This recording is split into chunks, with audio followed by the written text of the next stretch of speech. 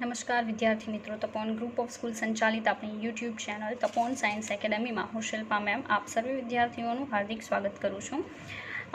तमे जोई शको 11th साइंस लेक्चर 1 चैप्टर उष्मागतिशास्त्र थर्मोडायनामिक्स बराबर है।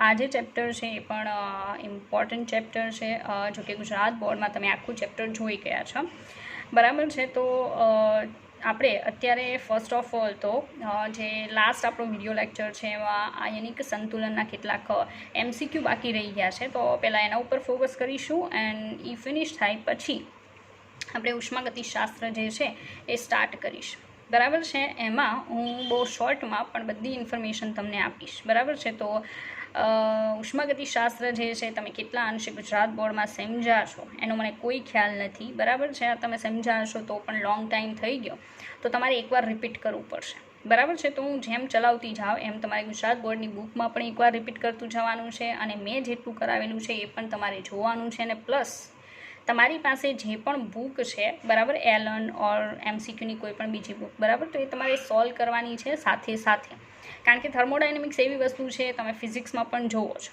બરાબર છે।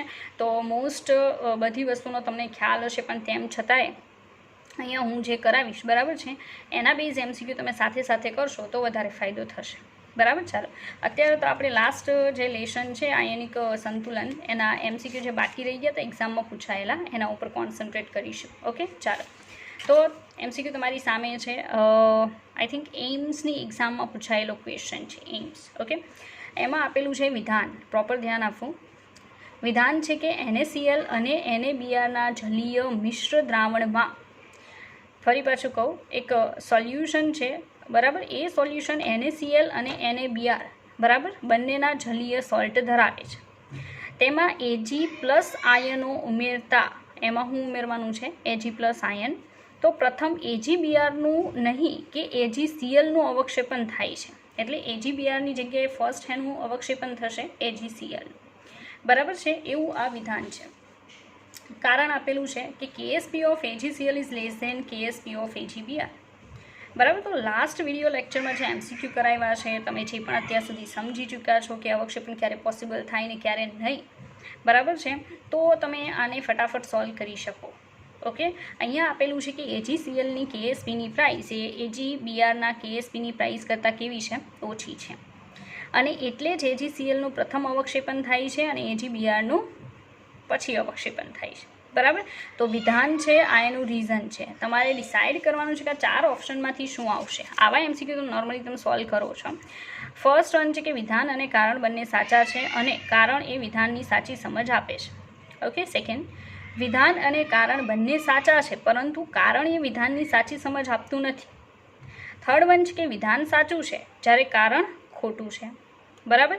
વિધાન અને કારણ બંને ખોટા છે રેડી। તો તમારે વિચારવાનું છે કે ભાઈ આમાં આપણો આન્સર કયો આવતો હોઈ શકે।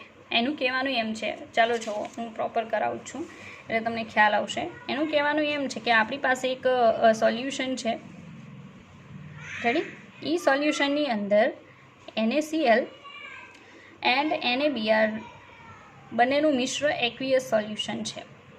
ઓકે એની અંદર બહારથી તમે એડ કરો છો Ag+ આયન, તો સીધી વાત છે ને કે NaCl + Ag+ કરશો તો શું બનશે AgCl બનશે રેડી।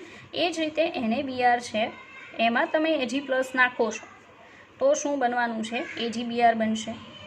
પણ વાત એમ છે કે આ બંને અલ્પદ્રાવ્ય ક્ષાર છે, બંને કેવા છે અલ્પદ્રાવ્ય ક્ષાર છે રેડી, બંને અલ્પદ્રાવ્ય ક્ષાર છે નોર્મલી।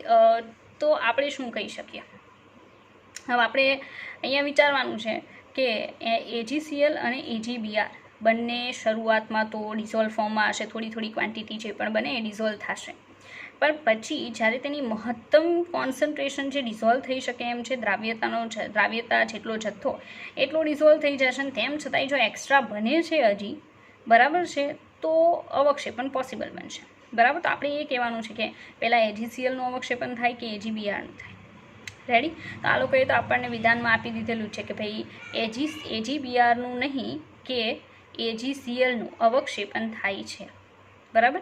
એમ કીધું કે આયનો ઉમેરતા પ્રથમ AgBrનું, નહીં કે AgClનું. એનું કહેવાનું એમ છે કે પ્રથમ AgBrનું અવક્ષેપન થાય છે આનું. બરાબર. સવાલમાં એમ આપેલું છે કે પ્રથમ AgBrનું અવક્ષેપન થાય છે. AgBrનું ફર્સ્ટ અવક્ષેપન થશે.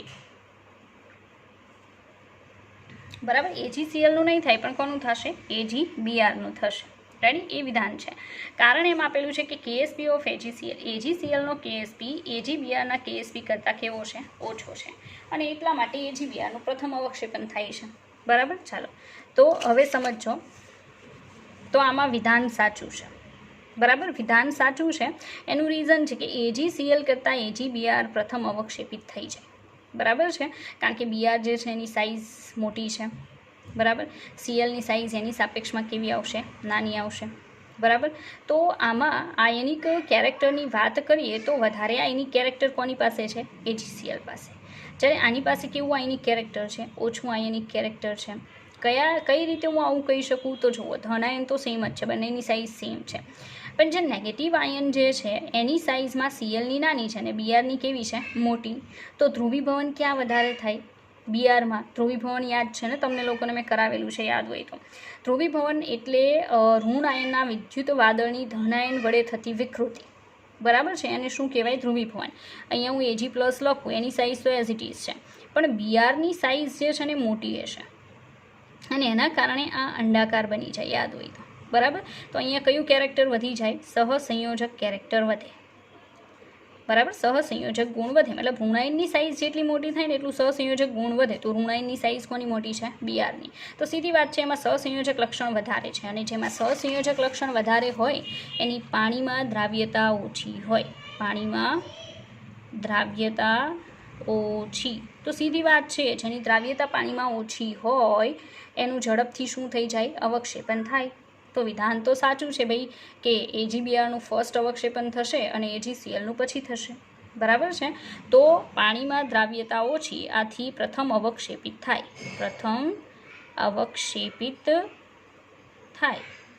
તો AgBrની દ્રાવ્યતા મતલબ એનો શું? KSP લઈ શકો અથવા S પણ લઈ શકો, કારણ કે આપણે કાલ જ જોયું હતું કે KSP પ્રપોર્શનલ ટુ શું હોય?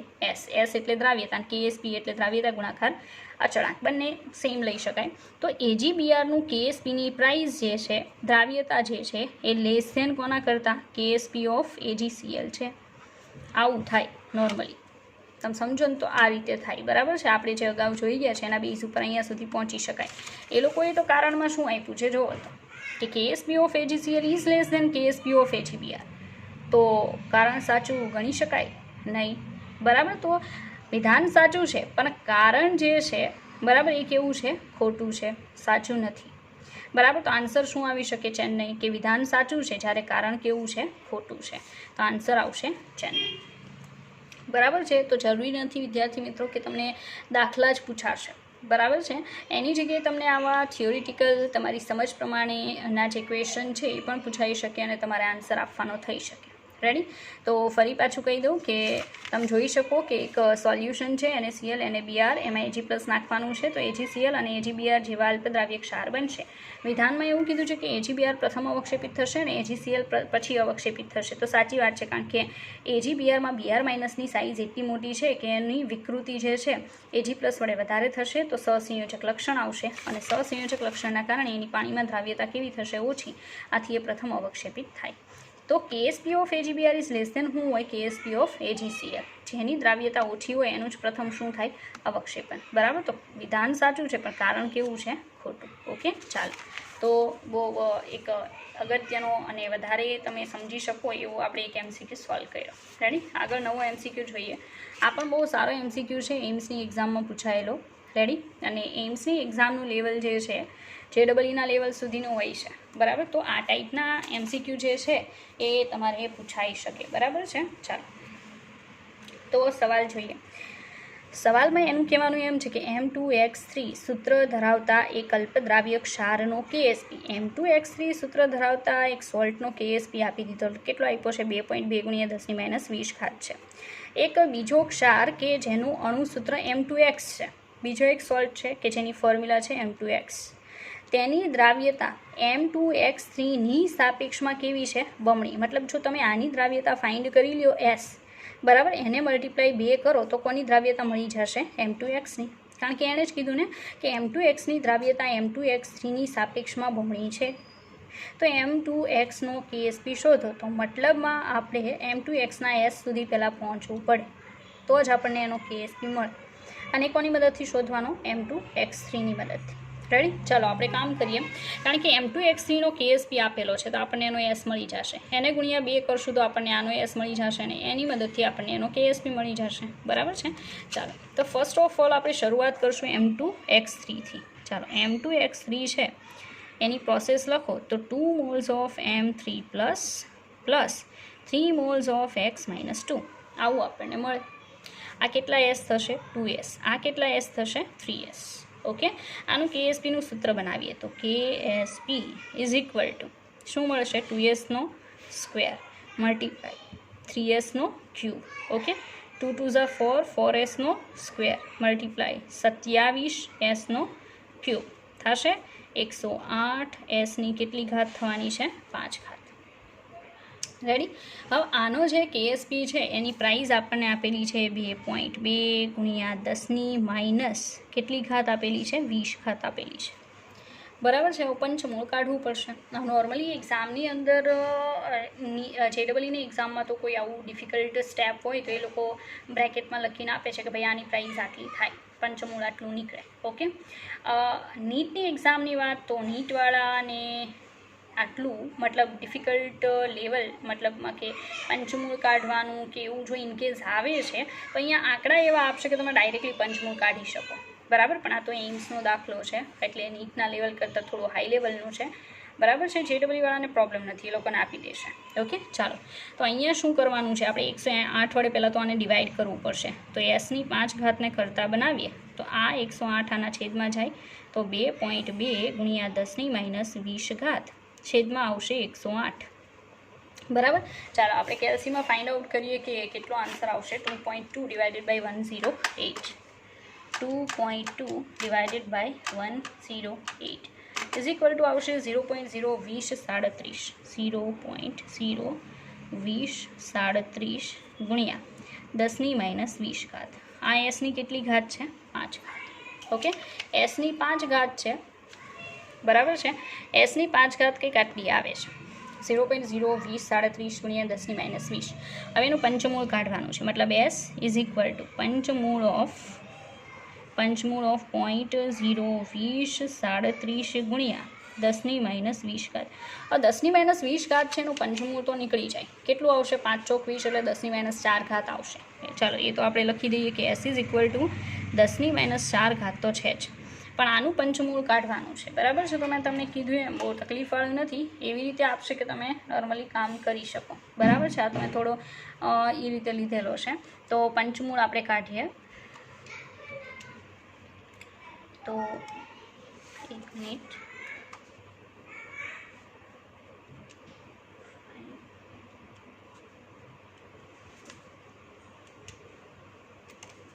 ચાલો, પંચમૂળ 0.02037નું આવશે 0.4589.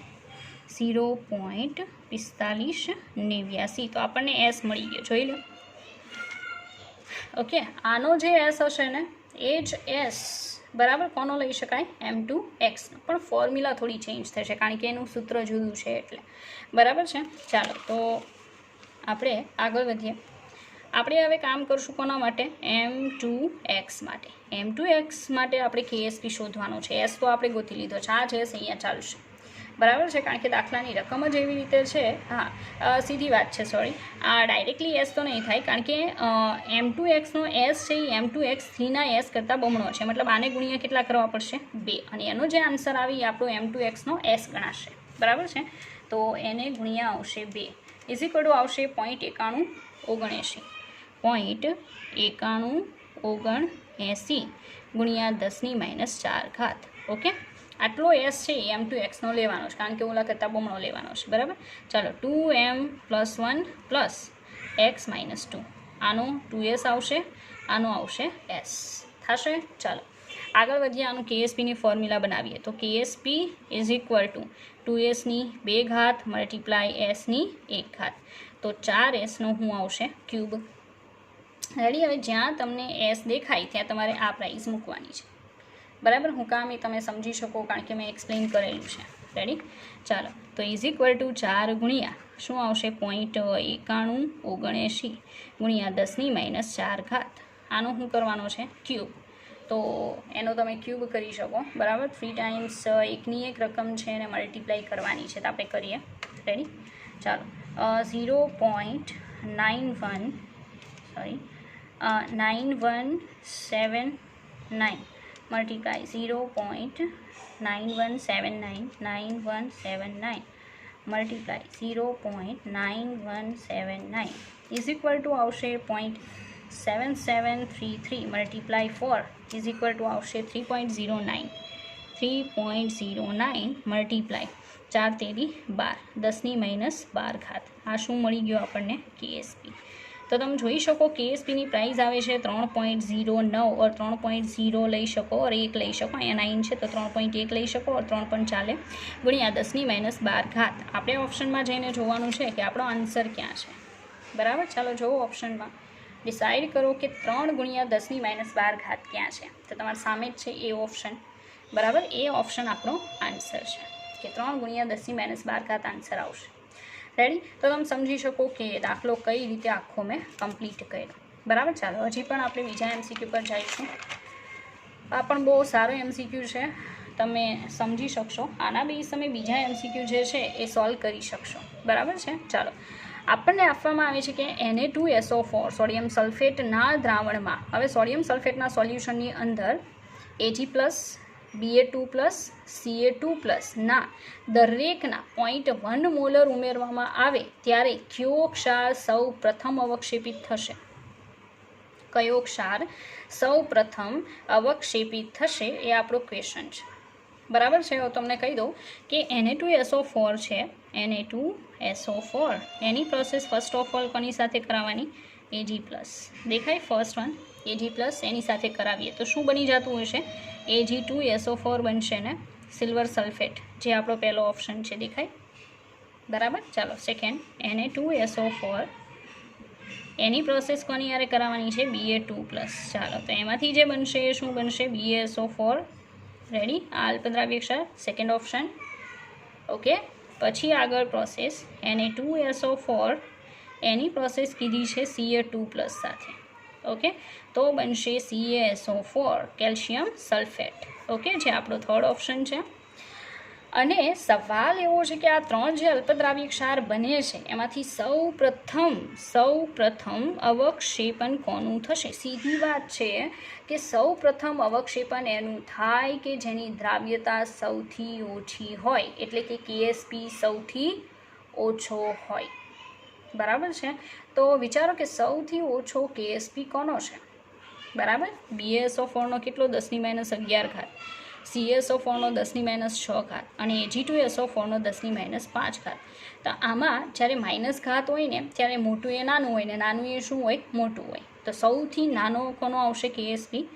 BaSO4. તો BaSO4 જે છે તમે સમજી શકો એની KSPની પ્રાઇસ છે બધા કરતાં લો છે, મતલબ એનો જે ક્વોન્ટિટી ડિઝોલ્વ થઈ શકે ને એ જથ્થો કેવો છે? બહુ ઓછો છે, બરાબર છે. તો બહુ ઓછો જથ્થો ડિઝોલ્વ થઈ જશે અને વધારે એક્સ્ટ્રા જથ્થો જે બનશે એ ફટાફટ સોલિડ ફોર્મમાં આવશે, બરાબર છે. તો સીધી વાત છે, તમારો આન્સર શું હોઈ શકે આમાં? બોમ્બે, બરાબર. BaSO4. શું કામ? કારણ કે KSP પ્રપોર્શનલ ટુ દ્રાવ્યતા S પ્રપોર્શનલ ટુ 1 શું થાય? અવક્ષેપન. અવક્ષેપન સૌ પ્રથમ કીધું છે, સૌ પ્રથમ.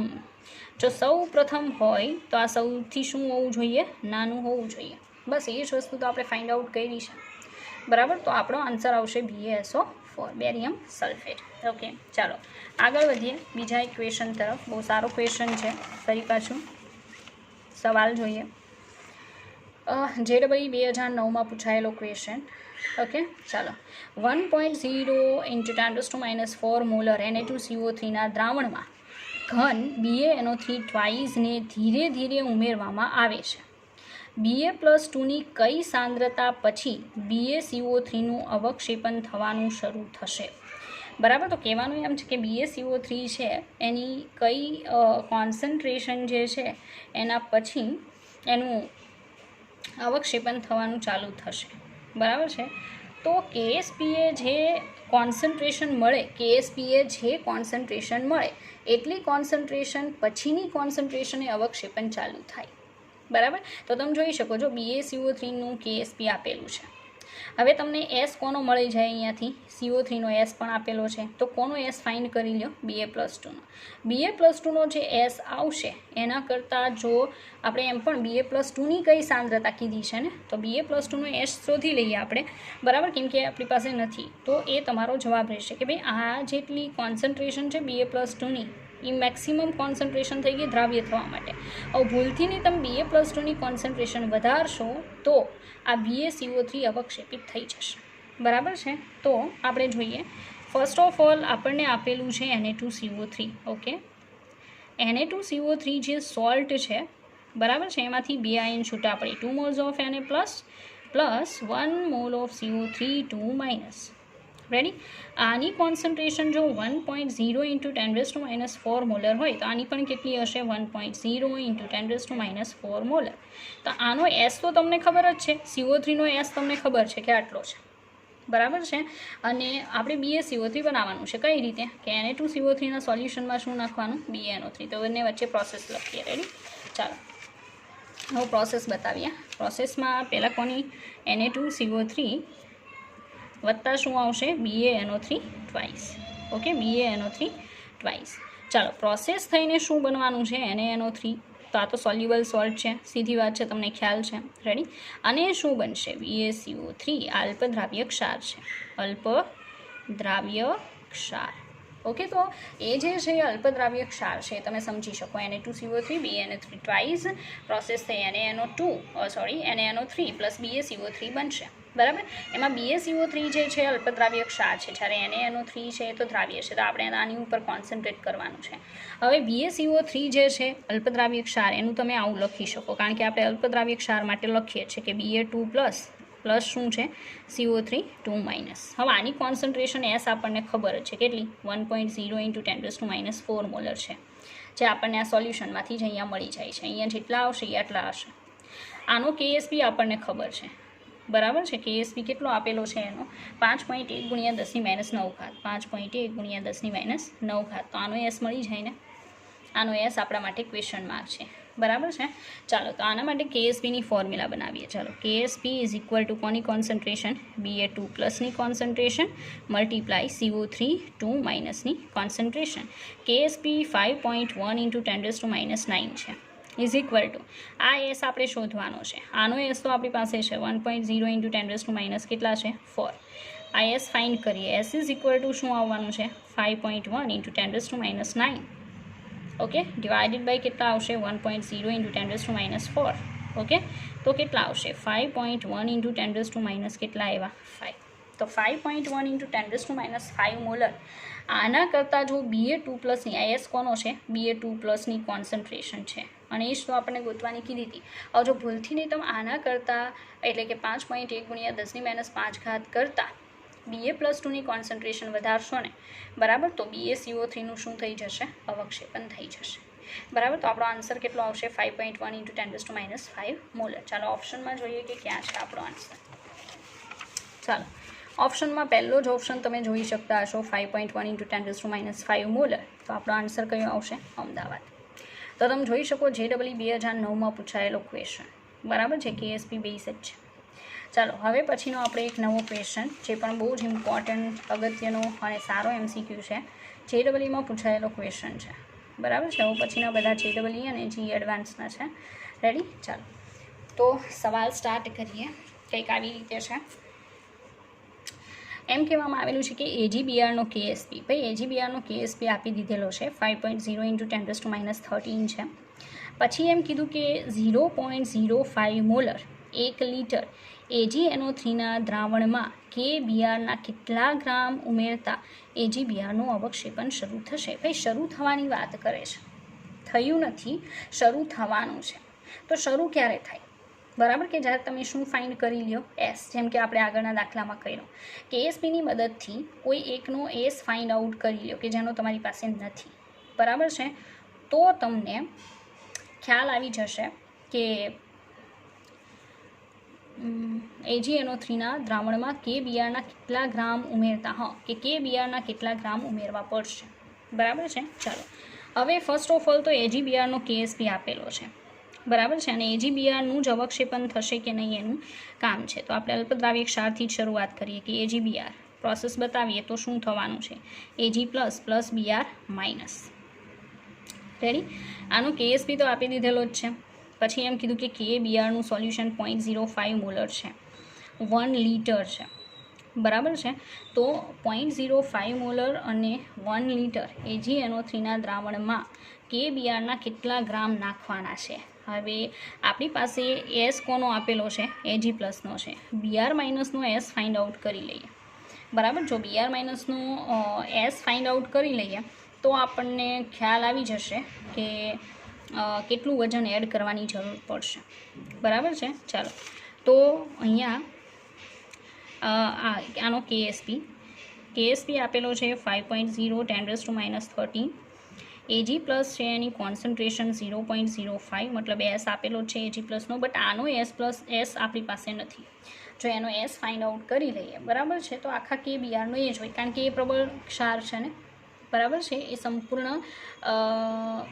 સંપૂર્ણ આયોનાઇઝેશન થઈ જાય એવો સોલ્ટ છે. મતલબ આની કોન્સન્ટ્રેશન 1ની મેળવી લેશો તો Kની પણ એટલી જ હોય અને KBrની પણ એટલી જ હોય. ઓકે, તો આપણે KSPની ફોર્મ્યુલા બનાવીએ. KSP ઇઝ ઇક્વલ ટુ શું આવવાનું છે, Ag પ્લસની કોન્સન્ટ્રેશન મલ્ટીપ્લાય Br માઇનસની કોન્સન્ટ્રેશન. આ આપણે મેળવવાનું છે ક્વેશ્ચનમાં. ચાલો, KSP 5.0 10⁻13.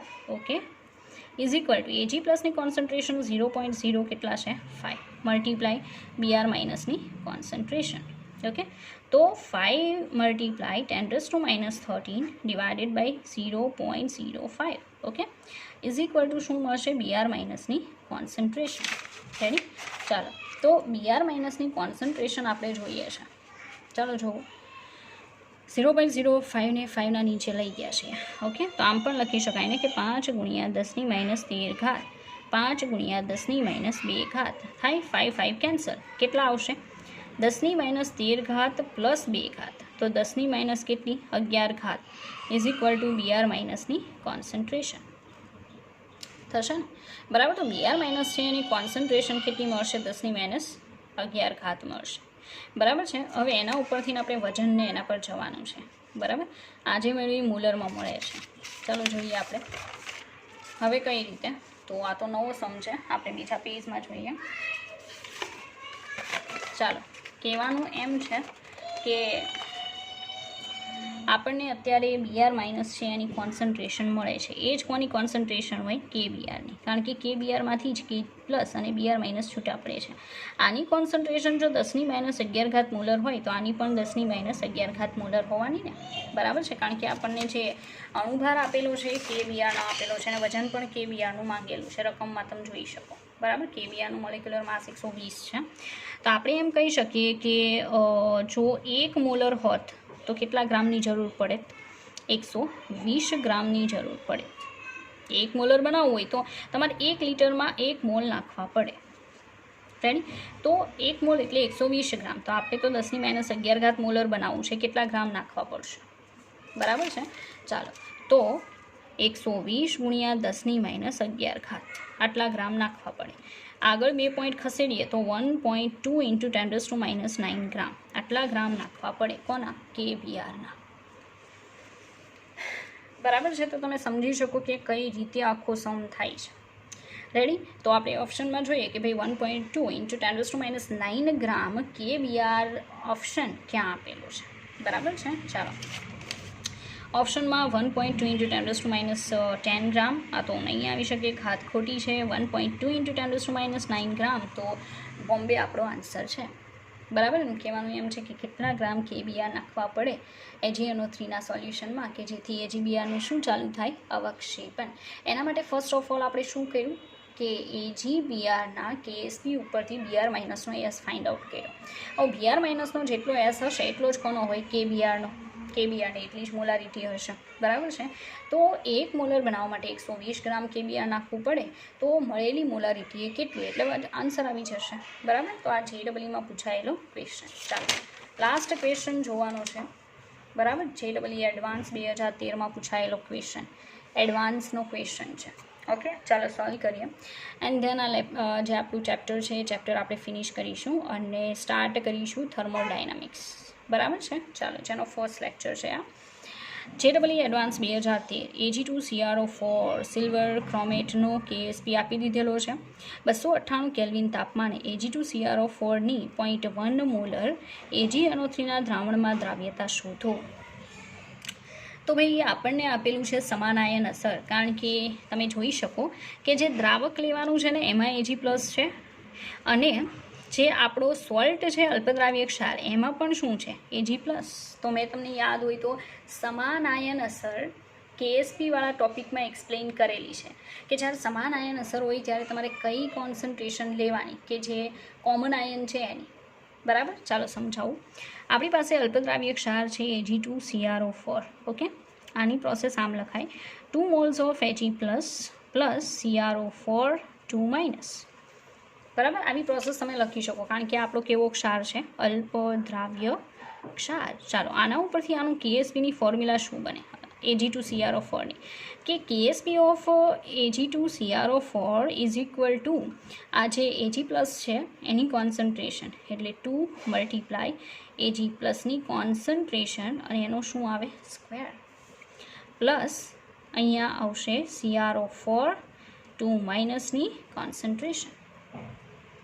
ઓકે, ચાલો હવે આપણે શું કરવાનું છે કે ભાઈ કેએસપી આપેલો છે પણ Ag2CrO4 જે છે, બરાબર છે, એની કોન્સન્ટ્રેશન પહેલાં તો ફાઇન્ડ આઉટ કરવાની છે, રેડી, કે કેટલી આવશે, બરાબર છે.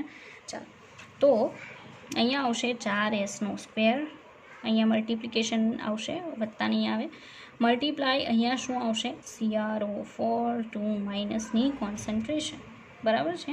દ્રાવણમાં તાપમાને Ag2CrO4ની દ્રાવ્યતા શોધવાની છે જે આના ફોર્મમાં જ મળે કારણ કે આનો ઓલરેડી એસ આપણી પાસે હોય. કેએસપી કેટલો આપેલો છે 1.1 × 10⁻12. હવે Ag+ની કોન્સન્ટ્રેશન આપણી પાસે છે અને કેટલી છે 0.1 મોલર અને એસ, બરાબર. નોર્મલી શું લખાય, આમ લખાય કે દ્રાવણમાં Ag+ની કુલ કોન્સન્ટ્રેશન ઓર દ્રાવ્યતા, દ્રાવણમાં Ag+ની કોન્સન્ટ્રેશન કુલ બરાબર શું હોય એસ હોય વત્તા શું હોય 0.1 મોલર હોય ને, કારણ કે તમે જોઈ શકો રકમની અંદર AgNO3માં Ag+ 0.1 છે જ્યારે Ag2CrO4માં કેટલા હોય એસ, બરાબર છે. તો આપણે પહેલાં જ કીધું હતું S is very very very less than 0.1 molar છે. તો એસને 0.1 મોલરની સાપેક્ષમાં શું કરી શકાય અવગણી શકાય. એસને અવગણો એટલે Ag+ની કોન્સન્ટ્રેશન ખાલી કેટલી ગણાય 0.1. ઓકે, તો 1.1 × 10⁻12 is equal two 4 multiply S કેટલો છે 0.1 એનો સ્ક્વેર મલ્ટીપ્લાય CrO4 2- કોન્સન્ટ્રેશન, બરાબર. આ શોધશું એટલે આખા Ag2CrO4ની આપણને દ્રાવ્યતા મળી જશે. ચાલો 1.1 × 10⁻12, ઓકે, અહીંયા 1.1 × 10⁻12 ડિવાઇડેડ બાય 4 મલ્ટીપ્લાય 10⁻2 થાય is equal two CrO4 2- concentration. ચાલો તો 1.1 ડિવાઇડેડ બાય આપણે શું કરવાનું છે 4 કરીએ આપણે 1.1 ડિવાઇડેડ બાય 4 કેટલા 0.275 ઇઝ ઇક્વલ ટુ અહીંયા ગુણ્યા 10⁻12 + 2 is equal two CrO4 2- concentration, બરાબર છે.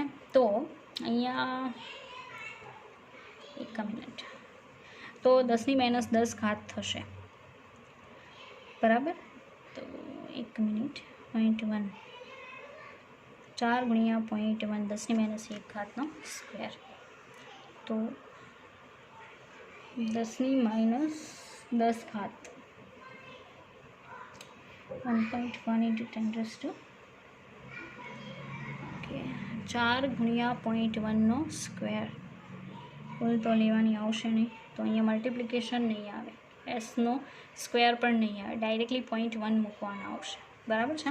ચાલો, તો દાખલામાં થોડો સુધારો કરવો પડશે, મેથડ થોડીક પાછી જોજો, બરાબર છે, પ્રોપર નથી થઈ શક્યો.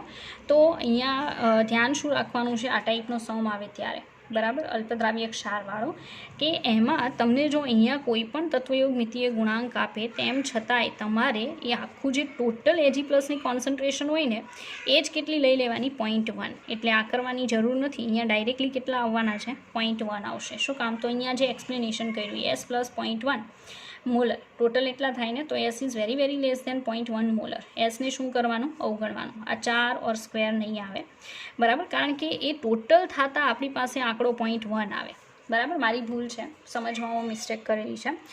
તો કહેવાનું એમ છે કે જ્યારે પણ તમને આ ટાઈપનું સમ પૂછાય કે ભાઈ સમાન આયન અસર છે, ત્યારે આ બધું થઈને, મતલબ આપણે જો 4sનો સ્ક્વેર આવતો હતો ને, એ ટોટલ થઈને તમારે કેટલું લઈ લેવાનું, જે વધારે કોન્સન્ટ્રેશન આપેલી હોય દ્રાવકની, બરાબર. તો ડાયરેક્ટલી અહીંયા કેટલા આવવાના છે, 0.1 મોલર આવશે, મલ્ટીપ્લાય CrO4 -2ની કોન્સન્ટ્રેશન. તો આ જે 4 છે એ નહીં આવે, ડાયરેક્ટલી ખાલી 10ની માઇનસ કેટલી ઘાત આવશે, 1, બરાબર, કારણ કે અહીંયા 0.1 છે તો 10ની માઇનસ 1 ઘાત છે, અહીંયા છેદમાં જશે. તો CrO4 -2 જે છે એની કોન્સન્ટ્રેશન જે છે એ કેટલી મળશે, CrO4 2 માઇનસની કોન્સન્ટ્રેશન ઇઝ ઇક્વલ ટુ 1.1 × 10⁻⁻ કેટલા મળવાના છે, 10 મોલર. રેડી. તો એ આપણી પ્રોબ્લેમ છે, રેડી. અને ઓપ્શનમાં પણ આઈ થિંક મેં પ્રોબ્લેમ ક્રિએટ કરેલી છે, તો આપણે જોઈએ. 10ની માઇનસ 1 ઘાત છે, ઉપર જાય તો 10ની માઇનસ 11 થાય, સોરી અહીંયા મેં મિસ્ટેક કરેલી છે, બરાબર. 10ની માઇનસ 1 ઘાત છે, ઉપર જશે તો 10ની માઇનસ 12 + 1 એટલે 10ની માઇનસ 11. તો અહીંયા ભૂલથી 10 લખેલા હતા, 10ની માઇનસ 11 ઘાત મોલર, રેડી. એટલે સમાન આયન અસરમાં નોર્મલી શું કરવાનું હોય કે પહેલાં તો અલ્પદ્રાવ્ય ક્ષારની આવી ફોર્મ્યુલા લખો, એનું આગળ જે પણ તત્વયોગ મિતીય ગુણાંક આવે છે એનું ટોટલ જે થતું હોય ને એ જ ડાયરેક્ટલી અહીંયા લખવાનું, બરાબર. કઈ રીતે, તો હંમેશા સમાન આયન અસરમાં સરવાળો કરશો ને તો એસ વત્તા જે પણ દ્રાવકની આપેલી હોય એ કોન્સન્ટ્રેશન આવે, હંમેશા દ્રાવકની કોન્સન્ટ્રેશન લેવાની ને એસને શું કરવાનો, અવગણવાનો. તો એની કોન્સન્ટ્રેશન બેઠી અહીંયા જ્યાં પણ આપણી ફોર્મ્યુલા બનતી હોય, બરાબર છે, એ ફોર્મ્યુલામાં બેઠી એની કોન્સન્ટ્રેશન મૂકવાની, 0.1 બધું થતા. અને બાજુમાં જે CrO4 -2 કે જે પણ આયન આપેલો હોય એનો એસ ફાઇન્ડ આઉટ કરી લ્યો, એટલે તમને જે પૂછેલો ક્વેશ્ચન હોય એનો આન્સર આવશે, બરાબર છે. એટલે અહીંયા CrO4 -2ની કોન્સન્ટ્રેશન માંગેલી છે, એટલે 0.1 છેદમાં જશે, અને છેદમાં જાય તો આન્સર આવશે 1.1 × 10⁻11, અને એવો ઓપ્શન આપણી પાસે છે, અને ઓપ્શન છે એ, બરાબર. તો વિદ્યાર્થી મિત્રો, આવો દાખલો મેં અગાઉ પણ 2 દાખલા આઈ થિંક કરાવેલા છે, બરાબર છે. એમાં પણ ટોટલ મેં ડાયરેક્ટલી મૂકેલું હશે, નહીં તો એવું હશે કે આગળ કોઈ તત્વયોગ મિતીય ગુણાંક આવતો હશે નહીં, એટલે સીધું જ મૂકવાનું થાય, બરાબર. એટલે કોઈ કન્ફ્યુઝન નહોતું, પણ સારી વાત છે, આમાં આવી ગયું તો તમને પણ કન્ફ્યુઝન નહીં રહી કે ભાઈ તત્વયોગ મિતીય ગુણાંક અગર આગળ આવે છે તો અહીંયા ગણવાનો કે નહીં, બરાબર છે. તો એ બધું થતાં જે ટોટલ હોય ને, જેમ કે હમણાં 4s સ્ક્વેર કર્યો હતો, એ બધું થતાં જ અહીંયા આન્સર આવી જાય, મતલબ જે પણ આપેલો હોય આંકડો અહીંયા આવી જાય, એટલે 0.1 જ મૂકવાના, એ તત્વયોગ મિતીય ગુણાંકનું અહીંયા કોઈ કામ છે નહીં. ઓકે, તો તમે પ્રોપરલી અહીંયા સમજી ચૂક્યા હશો, જે પણ કન્ફ્યુઝન હતું એ દૂર થઈ ગયું છે, અને આ ટાઈપનો કોઈ પણ ક્વેશ્ચન આવે તો તમે સોલ્વ કરવા માટે સક્ષમ હોવા જોઈએ. આ એડવાન્સનો ક્વેશ્ચન છે અને તમે જોઈ શકો આન્સર આપણી સામે છે, બરાબર છે. તો આગળ વધીએ. આ લાસ્ટ ક્વેશ્ચન હતો આપણા લેશનનો, બરાબર છે. એડવાન્સમાં પૂછાયેલો ક્વેશ્ચન મેં તમને કરાવ્યો, KSP બેઝ. તો KSP વાળો જે ટોપિક છે એમાં કોમન આયન ઇફેક્ટ જે તમે જોઈ શકો છો, મોસ્ટ IMP છે, બરાબર છે, અને બીજું પણ પૂછાઈ શકે. સો કહેવાનું એમ છે કે આ લેશન બહુ જ ઇમ્પોર્ટન્ટ છે, પ્લીઝ કોન્સન્ટ્રેટ કરું. ચાલો, બીજું એક પ્લીઝ આવે છે, એના માટે એ પણ કહી દઉં કે થર્મોડાયનેમિક્સ જે છે ને, જ્યારે હું ક્લાસ ચલાવતી હતી ત્યારે ઘણા લોકો માટે એ લેશન છે ને થોડું તકલીફવાળું છે, એવું મેં સાંભળેલું છે. તો અત્યારે જો હું એ લેશન સ્ટાર્ટ કરવાનું વિચારતી હોય તો હું પહેલાં જ તમને કહી દઉં કે તમારે એ લેશનને પાછું રિફર કરવું પડશે, થર્મોડાયનેમિક્સ. ઓકે, કારણ કે હું બધી જ થિયરી નહીં ચલાવું, મીન્સ ચલાવીશ, બધી વસ્તુઓ આપણે જોવાના છે, એ તમને ખબર જ છે કે મારી મેથડ શું છે, બરાબર છે. તો કહેવાનું એમ છે કે થોડું શોર્ટ જઈશ પણ બધું આવી જશે, બરાબર. જે કામનું છે, અગત્યનું છે, આપણે એના ઉપર પહેલાં ફોકસ કરવાના છે, બરાબર. તો બધી વાત ક્લિયર એન્ડ કટ. તમારે મેઇન તો થર્મોડાયનેમિક્સ રીડ કરવાનું ચાલુ કરવાનું છે. ઓકે, ચાલો. તો હવે આપણે સ્ટાર્ટ કરવાના છીએ થર્મોડાયનેમિક્સ. ઓકે, તો હેડિંગ મારું છું. લેસનનો નંબર આઈ ફોરવર્ડ, બટ લેસનનું નામ જે છે એ કાફી છે, બરાબર. થર્મોડાયનેમિક્સ, થર્મોડાયનામિક્સ. રેડી. ગુજરાતીમાં ઉષ્માગતિશાસ્ત્ર. ઓકે, નાવ આગળ વધીએ. ચલો, ફર્સ્ટ ઓફ ઓલ તો થર્મોડાયનેમિક્સ કહેવાય કોને, બરાબર. ડેફિનેશનની આપણને કોઈ એટલી જરૂર નથી, બરાબર છે. પણ તમારે ડેફિનેશન તોય ગુજરાત બોર્ડની પ્રોપર સમજી લેવી, બિકોઝ ઘણીવાર એવું પણ બની શકે કે કયું વિધાન સાચું ઓર ખોટું એમાં આવે, તો એક નાનું એવું કે ભાઈ અચળ તાપમાને ડેફિનેશનમાં આવતું હોય, અચળ તાપમાને, બરાબર છે. તો એ લોકો તાપમાન શબ્દ કાઢી નાખીને સ્ટેટમેન્ટ આપે, એક સ્ટેટમેન્ટ આપે તાપમાનવાળું, તો તમારો આન્સર તાપમાનવાળો એ પાક્કું છે, બરાબર છે. તો ડેફિનેશન એ રીતે કામમાં આવશે. ઓકે, ચાલો. તો થર્મોડાયનેમિક્સ કહેવાય કોને, બરાબર, એ કહી દઉં તો તમે સમજી શકો. ઉર્જાના વિવિધ સ્વરૂપો અને તેના આંતર રૂપાંતરણનો અભ્યાસ એટલે ઉષ્માગતિશાસ્ત્ર, બરાબર. અહીંયા દર્શાવું છું. ઉર્જાના અથવા ઉષ્મા લખી શકો. ઉર્જાના વિવિધ સ્વરૂપો અને તેના આંતર રૂપાંતરણો એટલે એક પ્રકારની ઉર્જાનું બીજા પ્રકારની ઉર્જામાં શું કરવાનું, રૂપાંતરણ, બરાબર. એનું જે આપણે સ્ટડી કરીએ ને એને થર્મોડાયનેમિક્સ કહેવાય. તો ઉર્જાના વિવિધ સ્વરૂપો અને તેના આંતર રૂપાંતરણોનો અભ્યાસ એટલે થર્મોડાયનેમિક્સ. અભ્યાસ એટલે ઉષ્માગતિશાસ્ત્ર,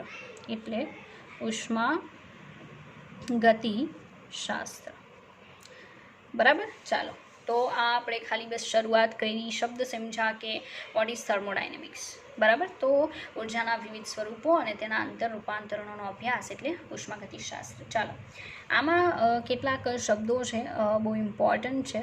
રેડી. એમાં ફર્સ્ટ આવશે પ્રણાલી, સેકન્ડ આવશે પર્યાવરણ અને થર્ડ વન આવશે હદરેખા. જો કે એ બહુ ડીપમાં હું નહીં સમજાવું, થોડું તમને કહી દઉં છું. પ્રણાલી કોને કહેવાય, બરાબર છે. તો એક એક્ઝામ્પલ આપું. માનો કે આપણી ટેસ્ટ ટ્યુબ છે, બરાબર. ટેસ્ટ ટ્યુબમાં તમે કોઈ આયનિક પ્રોસેસ પોસિબલ બનાવો છો, બરાબર. લાઈક કાલે સમજાયું હતું કે માનો કે તમે AgNO3 લઈ લો, બરાબર. એની અંદર તમે નાખો KBr, તો સીધી વાત છે AgBr બનશે, પ્લસ શું બનવાનું છે બોલો, KNO3. ઓકે, KNO3 સોલ્યુબલ છે, બિલકુલ નહીં દેખાય, બટ AgBr અલ્પદ્રાવ્ય ક્ષાર છે, વધારે ક્વોન્ટિટી બનશે, તો ચોક્કસથી અવક્ષેપન થશે, બરાબર. તો એમાં આપણે ડિસાઇડ કરીએ કે ભાઈ પર્યાવરણ શું છે, પ્રણાલી શું છે અને હદરેખા શું છે. ઓકે, તો ટેસ્ટ ટ્યુબમાં જો હું રિએક્શન કરાવું છું, અહીંયા ડ્રો કરી દઉં અને ત્રણેય વર્ડ્સ એક્સપ્લેન કરી દઉં. ઓકે, અહીંયા આપણે લેવાનું છે AgNO3 પ્લસ એમાં એડ કરવાનું છે KBr. ઓકે, બંને વચ્ચે પ્રોસેસ થઈને શું બનવાનું છે એ પણ અંદર હોવાનું જ છે, બરાબર છે. તો એમાંથી બનશે AgBr જે સોલિડ ફોર્મમાં, એટલે થોડું એક્વિયસ હશે, ડિઝોલ્વ થઈ જાય એટલો જથ્થો, બાકીનો તો સોલિડ હશે, તમને જોવા મળશે. પ્લસ બનશે KNO3 જે કમ્પ્લીટલી એક્વિયસ હશે, બિલકુલ જોવા નહીં મળે. રેડી. તો આટલો જે ભાગ દેખાય છે, આટલો ભાગ કે જ્યાં પ્રોસેસ થઈને આપણને પ્રોડક્ટ મળે છે, બરાબર છે, એને કહેવામાં આવશે પ્રણાલી. શું કહેવામાં આવશે? પ્રણાલી. પ્રણાલી એટલે નથિંગ એલ્સ બટ જ્યાં રિએક્શન પોસિબલ બને છે એ રિએક્શનનો ભાગ. ઓકે, પ્રણાલીને ઇંગ્લિશમાં સિસ્ટમ કહેવાય, બરાબર, યાદ રાખજો, સિસ્ટમ. ઓકે, ચાલો. સેકન્ડ નંબરનું પર્યાવરણ. તો પ્રણાલી અને હદરેખા સિવાયનું બાકીનું જે વિશ્વ દેખાય છે ને, બરાબર, એ બાકીના વિશ્વને શું કહેવાય? પર્યાવરણ. વિશ્વ એટલે પર્યાવરણ. કોને બાદ કરતા? તો પ્રણાલી અને બીજું હદરેખા. હદરેખા સિવાયનું, પ્રણાલી અને હદરેખા સિવાયનું બાકીનું વિશ્વ એટલે શું થશે? પર્યાવરણ. ઓકે, આ તમે સમજી શકો કે બાકીનો જેટલો પણ પાર્ટ છે એને પર્યાવરણ કહેવાય. હવે હદરેખા એટલે શું? તો પ્રણાલી અને પર્યાવરણને અલગ કરતી આ જે રેખા છે, મતલબ ટેસ્ટ ટ્યુબ જે છે એનો જે કાચ છે એ કાચને શું કહેવાય? હદરેખા કહેવાય. તો અહીંયા તમને લાઈન કરીને એરો કરીને કહી દઉં કે આને શું કહેવામાં આવશે? હદરેખા. ઓકે, તો આખી પ્રોસેસ મેં તમને એક્સપ્લેન કરી દીધી. મતલબ 3 વર્ડ્સ અંદર આવી ગયા કે કોને શાના તરીકે ઓળખવામાં આવે છે અને શું હોય છે. ઓકે, તો ફરી પાછું તમને કહી દઉં કે પ્રણાલી એટલે શું? તો વિશ્વ અને હદરેખા જે છે, બરાબર છે, એના સિવાય જે અંદરની પ્રોસેસ થતો જે ભાગ છે એને પ્રણાલી કહેવાય. પ્રણાલી અને હદરેખા સિવાયનું બાકીનું જે વિશ્વ છે એને પર્યાવરણ કહેવાય. અને બંનેને અલગ કરતી જે રેખા છે, જેમ કે અહીંયા ટેસ્ટ ટ્યુબનો કાચ જે છે એને હદરેખા કહેવાય. ઓકે, ચાલો એ 3 ઇમ્પોર્ટન્ટ વર્ડ જે હતા એ જોયા. એમાંનું ફર્સ્ટ ઓફ ઓલ આપણે જોઈશું પ્રણાલી. પ્રણાલીના ટાઈપ આવશે. જો કે તમે ગુજરાત બોર્ડમાં ટાઈપ તો સમજી ચૂક્યા હશો, પણ તેમ છતાંય બહુ શોર્ટમાં આપણે અહીંયા બધી વસ્તુ જોઈએ છે. ઓકે, ચાલો પ્રણાલીના પ્રકાર જોઈએ. આ બહુ ઇમ્પોર્ટન્ટ છે એમ જોવા જઈએ તો. પ્રણાલીના ટાઈપ જે છે, ફર્સ્ટ આવશે ખુલ્લી પ્રણાલી, સેકન્ડ બંધ પ્રણાલી અને થર્ડ આવશે નિરાળી પ્રણાલી. બરાબર છે, આવા જ પ્રક્રમના પ્રકાર આવશે. એટલે થોડું ઇન કેસ કન્ફ્યુઝન થઈ શકે, પણ પ્રોપર ધ્યાન આપશો એટલે પ્રોબ્લેમ નહીં થાય. ચાલો, ખુલ્લી પ્રણાલી. ખુલ્લી પ્રણાલી, ઓપન સિસ્ટમ. ઓપન સિસ્ટમ કોને કહેવાય? ટેસ્ટ ટ્યુબ છે, બરાબર છે. ટેસ્ટ ટ્યુબમાં માનો કે આપણે પ્રોસેસ કરાવીએ છીએ, રેડી? તો કન્ડિશન શું થશે? અંદર દ્રવ્ય ભરેલું છે, માનો કે ઉષ્માક્ષેપક પ્રક્રિયા થાય છે ટેસ્ટ ટ્યુબમાં. તો ટેસ્ટ ટ્યુબનો જે કાચ છે ને, બરાબર છે, એ ઉષ્માનું બહાર વહન કરવા માટે સક્ષમ છે, પણ અંદર જે દ્રવ્યનો જથ્થો છે ને, જે કેમિકલ એડ કરેલા છે, બિલકુલ બહાર જઈ શકવાના નથી. બરાબર છે. ઓકે, તો કહેવાનું એમ છે કે ખુલ્લી પ્રણાલી એમાં એને કહેવાય કે જેમાં ઉર્જા અને દ્રવ્ય બંનેની આપલે પોસિબલ થાય. બરાબર, ખુલ્લી પ્રણાલી એટલે શું આવશે? કે જેમાં ઉર્જા અને દ્રવ્ય બંનેની શું થઈ શકે? આપલે થઈ શકે. ઉષ્મા ઓર ઉર્જા લખી શકો. ઉર્જા અને દ્રવ્ય બંનેની આપલે થઈ શકે. આ પણ ટેસ્ટ ટ્યુબ બંધ હોય તોની વાત છે. બરાબર, ટેસ્ટ ટ્યુબ ખુલ્લી હશે તો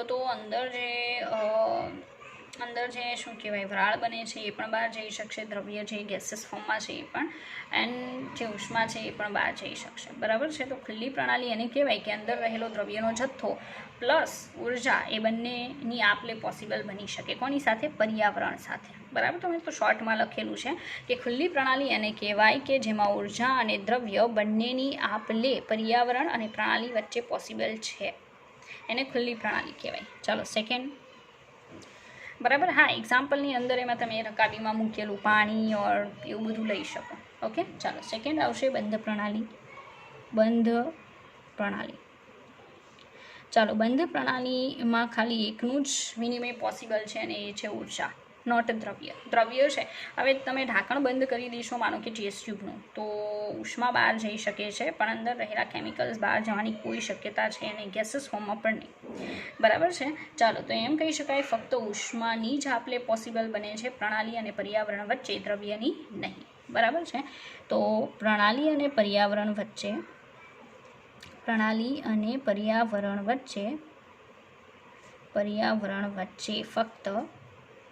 ફક્ત ઉષ્માની આપલે શક્ય બને છે. ઉષ્માની આપલે શક્ય બને છે. બરાબર છે. દ્રવ્ય નહીં જઈ શકે. દ્રવ્યની નહીં. બરાબર, એને કઈ પ્રણાલી કહેવામાં આવશે? બંધ પ્રણાલી. તો ગરમ પાણી ભરેલી માનો કે કાચની શીશી હોય તો તમે લઈ શકો, બિકોઝ પાણીમાંથી જે ગેસીસ ફોર્મ બને છે એ પણ અંદર જ રહેવાનું છે, ખાલી ઉષ્મા બહાર જઈ શકે. બરાબર છે, દ્રવ્ય નહીં જઈ શકે.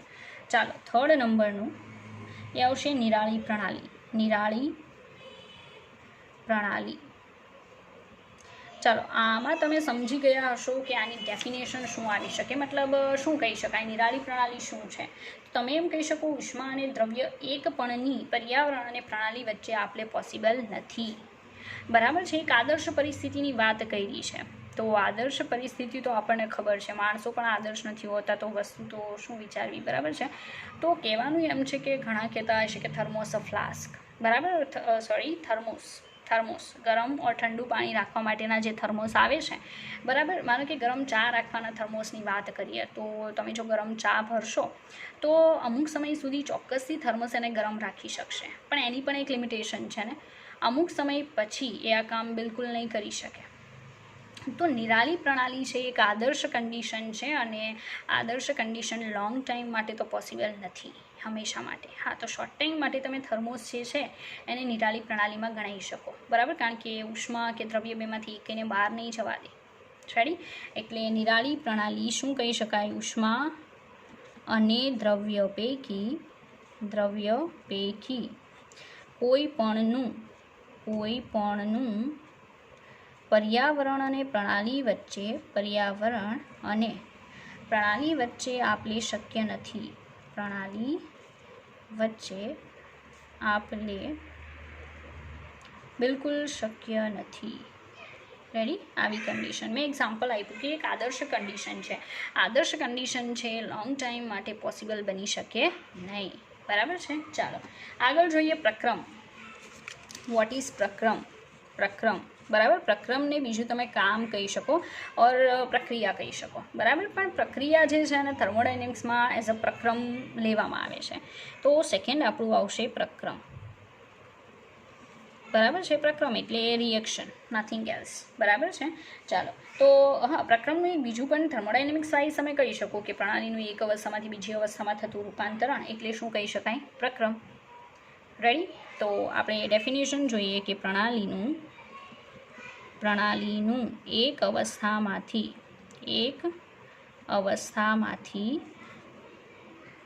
બીજી અવસ્થામાં થતું રૂપાંતરણ, બરાબર. એક અવસ્થામાંથી બીજી અવસ્થામાં થતું રૂપાંતરણ એટલે શું કહી શકાય? પ્રક્રમ. મતલબ એક ટાઈપની પ્રક્રિયા છે અને થર્મોડાયનેમિક્સમાં પ્રક્રમ કહેવાય. તો પ્રણાલી એટલે શું હતું? યાદ છે ને, મેં ટેસ્ટ ટ્યુબમાં બતાવ્યું હતું કે બે કેમિકલ વચ્ચેની પ્રોસેસ. તો સીધી વાત છે ને કે તમે બે કેમિકલ વચ્ચે પ્રોસેસ કરાવો છો તો એ પ્રણાલીનું ફર્સ્ટ સ્ટેપ હતું, મતલબ એ એક સ્વરૂપ હતું. એમાંથી જ્યારે બીજા બે નવા કેમિકલ ફોર્મ થવાના છે તો સોલિડ બનશે, ગેસીસ બની શકે ઓર લિક્વિડ બની શકે, બરાબર છે. તો એક નવું સ્વરૂપ મળી જશે પ્રણાલીને. રેડી? તો એ જે આખું થયું એને આપણે પ્રક્રિયા કહીએ છીએ. એ પ્રક્રિયાને થર્મોડાયનેમિક્સમાં શું કહેવાય? પ્રક્રમ કહેવાય, બરાબર. તો પ્રણાલીનું એક અવસ્થામાંથી બીજી અવસ્થામાં થતું રૂપાંતરણ એટલે શું કહેવામાં આવશે? પ્રક્રમ, બરાબર. હવે પ્રક્રમના પ્રકાર જોઈએ કે કેટલા ટાઈપના પ્રક્રમ પોસિબલ છે. રેડી? ચાલો તો પ્રક્રમ જે છે એના પ્રકાર પણ તમને ખ્યાલ હશે, બરાબર છે. તો આપણે એના ઉપર વર્ક કરવાનું છે. ચાલો જુઓ પ્રક્રમના પ્રકાર.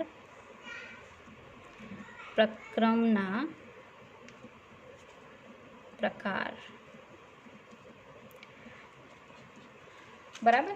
તો પ્રક્રમ જે છે એના ટોટલ નોર્મલી આપણે અત્યારે 3 પ્રકાર લઈશું. ફર્સ્ટ વન છે સમતાપી પ્રક્રમ, સમદાબી પ્રક્રમ અને લાસ્ટ વન જોશું આપણે સમોષ્મી પ્રક્રમ, બરાબર છે.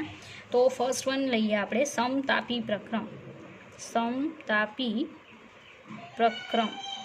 ચાલો હવે ઘણાની ઇનકેસ સમસ્યા હોય તો કહી દો. સમ એટલે સમાન, તાપી એટલે તાપમાન, બરાબર છે. તો અચળ તાપમાને અચળ તાપમાને જ્યારે પ્રણાલી એક અવસ્થામાંથી બીજી અવસ્થામાં જાય ત્યારે જે પ્રક્રમ થયું કહેવાય એને સમતાપી પ્રક્રમ કહેવાય, કારણ કે ટેમ્પરેચર કેવું રહેશે? અચળ, સમાન રહેશે. અચળ તાપમાને પ્રણાલીનું એક અવસ્થામાંથી એક સ્વરૂપમાંથી બીજા સ્વરૂપમાં થતું રૂપાંતરણ એટલે અવસ્થા પણ લઈ શકો. એક અવસ્થામાંથી બીજી અવસ્થામાં થતું રૂપાંતરણ, બીજી અવસ્થામાં થતું રૂપાંતરણ એટલે સમતાપી પ્રક્રમ, જેને આઇસોથર્મ કહેવામાં આવે. શું કહેવામાં આવે? આઇસોથર્મ. જેના ગ્રાફ પણ આપણે જોઈશું, બરાબર છે, પણ અત્યારની પ્રોપર ટાઈમે, બરાબર. આઇસોથર્મ. ઘણીવાર એવું જરૂરી નથી. આ પ્રોનાઉન્સિએશન જે છે, પ્રોનાઉન્સિએશન તમને એમસીક્યુમાં લખીને આવવા દે કે ભાઈ આઇસોથર્મ, તો તમને ખબર હોવી જોઈએ સમતાપીની વાત કરે છે. ઓકે, ચાલો સેકન્ડ વન ઓકે આવશે સમદાબી પ્રક્રમ. બરાબર. ચાલો, સમદાબી પ્રક્રમ જે છે એમાં શું આવશે? સમાન દબાણ. 4 આવશે નોર્મલી ટાઈપ. સમકદી પણ આવશે. બરાબર. હા, એ તમારી બુકમાં ઇનકેસ આપેલું હોય તો બરાબર છે, જે હું તમને નેક્સ્ટ ટાઈમ કહીશ, કારણ કે આપણો ટાઈમ જે છે ને બરાબર છે એ ભાગે છે. સમદાબી પ્રક્રમ એટલે સમાન ઓર અચળ લેશું આપણે તો. અચળ દબાણે પ્રણાલીનું એક અવસ્થામાંથી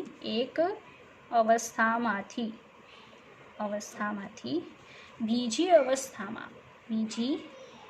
અવસ્થામાં થતું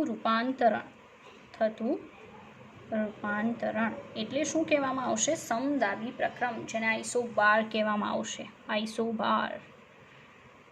બરાબર. ગુજરાતીમાં તમે બાજુમાં લખી શકો આઇસોબાર, ઉપર લખી શકો આઇસોથર્મ. ઓકે. ચાલો, થર્ડ વન જોઈએ. અહીંયા આવશે સમોષ્મી. નોર્મલી સમકદી આવે છે, બરાબર છે, મેં કીધું એમ, પણ આપણે નેક્સ્ટ લેક્ચરમાં જોઈશું. પ્લસ ગ્રાફ વાઇઝ પણ એક્સપ્લેન કરીશ કે કઈ રીતે બધું હોય છે. ઓકે. ચાલો, થર્ડ વન આવશે સમોષ્મી પ્રક્રમ. ભાઈ આને ઇંગ્લિશમાં કહેવામાં આવે છે એડિયાબેટિક.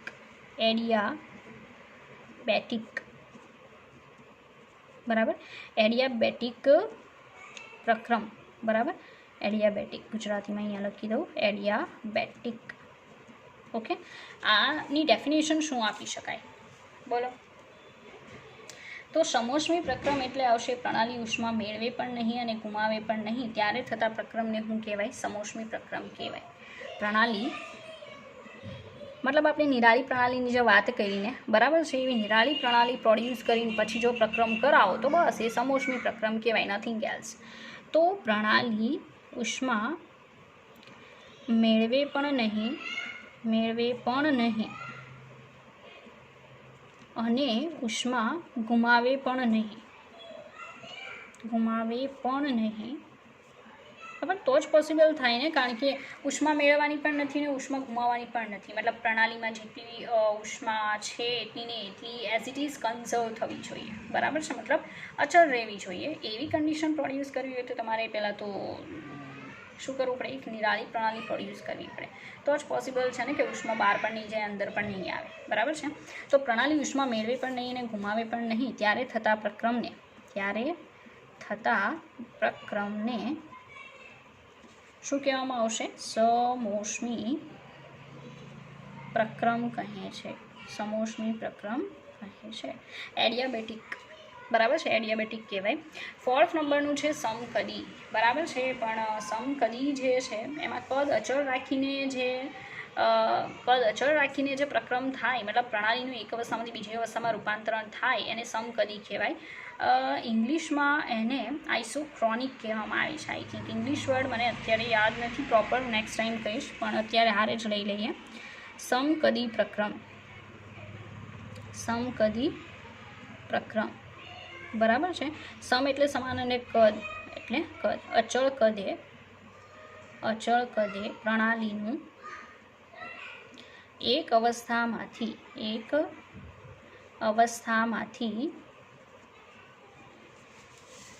ફરી પાછું કહી દઉં. અચળ કદે પ્રણાલીનું એક અવસ્થામાંથી બીજી અવસ્થામાં થતું રૂપાંતરણ.